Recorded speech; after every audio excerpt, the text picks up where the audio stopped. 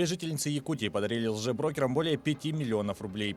По информации регионального МВД, жительница Мирнинского района увидела в одном из мессенджеров рекламу о быстром заработке на биржевой платформе. Она оставила свой номер, и на следующий день ей позвонил мужчина, представившийся менеджером биржевой организации. Он рассказал о принципе их работы и объяснил, как делать ставки, обещая быструю и существенную прибыль, после чего связал женщину с ее личным менеджером. В течение месяца она пополняла лицевой счет на платформе под предлогом роста курса, оплаты страховки и так далее. В общей сложности заявительница перевела более 4 миллионов рублей. Спустя некоторое время ей сообщили, что ее менеджер уволен и теперь ее будет курировать другой человек.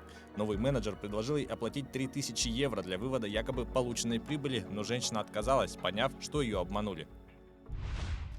Аналогичным образом пострадала 66-летняя жительница города Якутска. Ей позвонила девушка и, представившись брокером компании, предложила стать участником фондовой биржи, приобрести иностранную валюту и заработать. Она пообещала лично курировать весь процесс, обучать, консультировать и полностью помогать в работе на фондовом рынке. Затем менеджер попросила перевести первый взнос, отметив, что чем больше сумма, тем быстрее можно будет заработать. Поверив, пенсионерка оформила кредиты в нескольких банках, а также собрала имеющиеся накопления и отправила по указанным реквизитам в общей сумме более 1 миллиона рублей. Через некоторое время заявительница потребовала брокера вывести вложенные деньги, на что старший брокер пояснил, что для вывода суммы необходимо отправить еще 121 тысячу рублей. Тогда пенсионерка поняла, что ее обманывают, и обратилась в полицию. Бывший сотрудник исправительной колонии обвиняется в покушении на незаконный сбыт наркотиков. По сообщению Следственного комитета 4 сентября прошлого года сотрудниками управления ФСБ России по республике в гараже, в котором находился обвиняемый, обнаружено и изъято свыше 600 шприцев, более 200 картриджей, наполненных маслом каннабиса общим весом свыше 820 граммов. Кроме того, из гаража изъяты пакеты и иные емкости с каннабисом общим весом свыше 4 килограммов. Следствием установлено, что мужчина хранил наркотики в данном помещении с целью дальнейшего сбыта. После возбуждения уголовного дела он был задержан и заключен под стражу, а по результатам проведенной служебной проверки уволен из исправительного учреждения. Расследование завершено. С утвержденным обвинительным заключением уголовное дело направлено в суд. Мужчину приговорили к 1,5 годам лишения свободы за повторное пьяное вождение в Якутске. По сообщению прокуратуры Якутии, его взяли под стражу в здании суда. Подсудимый уже был ранее дважды судим за вождение в состоянии алкогольного опьянения, однако в середине сентября прошлого года он вновь сел за руль в нетрезвом состоянии и был задержан сотрудниками ДПС. Сотрудниками Управления экономической безопасности и противодействия коррупции МВД по республике Саха-Якутия совместно с оперативниками из Мирнинского района при участии Росгвардии пресечена незаконная деятельность по производству нефтепродуктов. Под подозрение попал руководитель общества с ограниченной ответственностью, которое занималось торговлей твердым, жидким и газообразным топливом. Организация не имела соответствующей лицензии на эксплуатацию объектов повышенной опасности. Тем не менее, на территории базы был создан цех по переработке нефтепродуктов, в котором трудились несколько жителей района. На производстве не соблюдались требования безопасности.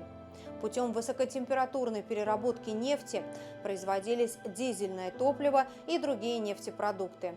В дальнейшем они сбывались другим предприятиям отрасли. По предварительным подсчетам, незаконный доход может превышать 72 миллиона рублей. Также наши сотрудники установили, что злоумышленник осуществил незаконное подключение к газопроводу, установив специальное оборудование на территории базы. С июня по декабрь 2020 года с его помощью было похищено более 1 миллиона кубометров природного газа. Газовой компании причинен ущерб, превышающий 5,5 миллионов рублей.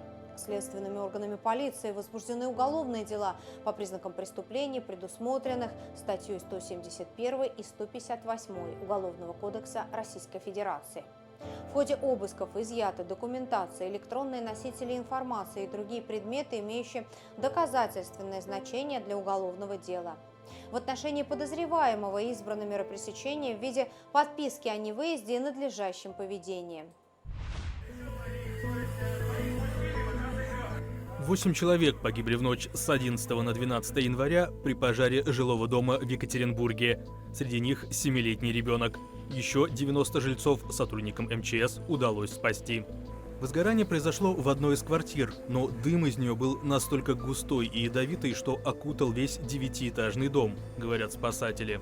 По прибытию пожарно-спасательных подразделений открытым пламенем горела квартира на втором этаже, создавалось плотное задымление полностью по подъезду.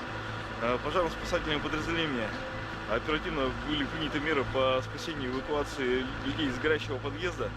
Как говорят спасатели, погибли жильцы квартир на 2-м, 5-м и 9-м этажах. Причина пожара, по предварительным данным, неосторожное обращение с огнем. Рядом с очагом возгорания нашли газовые горелки, свечи и окурки. По сообщению местных СМИ, жильцов квартиры на 2-м этаже отключили от электричества за неуплату. И они согревались, готовили и освещали квартиру подручными средствами.